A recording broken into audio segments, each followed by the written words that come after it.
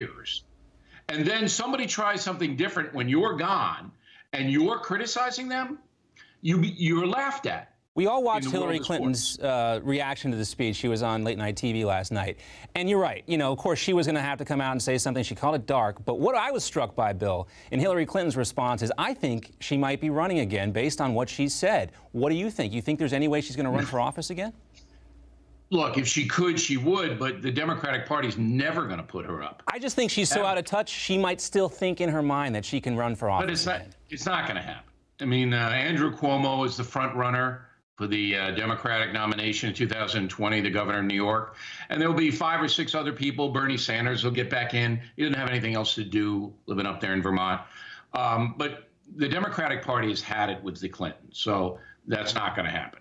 All right. Well, let's hope not for their sake. We need an actually competitive race this next presidential election cycle. Now, the president has a lot to get done with Congress before the end of September. The president has made a deal with Chuck Schumer and Nancy Pelosi. It looks like on DACA, some Republicans clearly don't like it. Of course, you're a nonpartisan guy.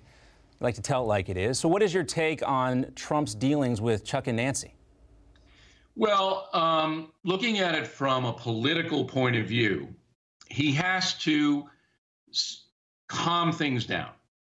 And now he can say to the American people, I'm not a fanatical, crazy guy. I tried to make a compromise with the Democratic Party about the Dreamers, which, if you look at it, John, not a big deal. It's 800,000 kids who came over here. They had no choice. But it is, Bill, it's a big deal to a lot of folks like Steve King of Iowa. You know, they are not happy. Listen to me. If Steve King from Iowa, I believe, his primary concern is the upholding of the law and American security, okay?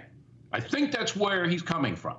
If you make a compromise on Dreamers, but you strengthen the law, because you would have to get something in return for that. You strengthen the law. You pass Kate's law. You put more resources on the border. You have quicker deportations, whatever, okay? Steve King wins. Yeah, Steve King wins. It seems like common sense, and I agree with you 100%. It seems like a very easy compromise to make. It's a trade. Yes, it's a trade. And this is what used to happen in government all the time. I just don't think, Bill, in the current climate, that there is even any room for a deal on the Democratic side when it comes to this type of border security. It's just going to get bogged down in the political back and forth. They want to open the borders, and they don't want to have our nation secure.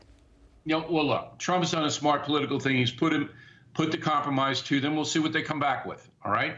I agree with you that the Democratic Party wants open borders. They don't want to stop people coming here illegally because it builds their base. They get more votes than the Republicans do out of that situation. They don't want it, okay? But here, when it's eminently reasonable what Trump is doing, they'll lose. The Democrats will lose on that. And Trump should get what he wants in return for the DACA compromise.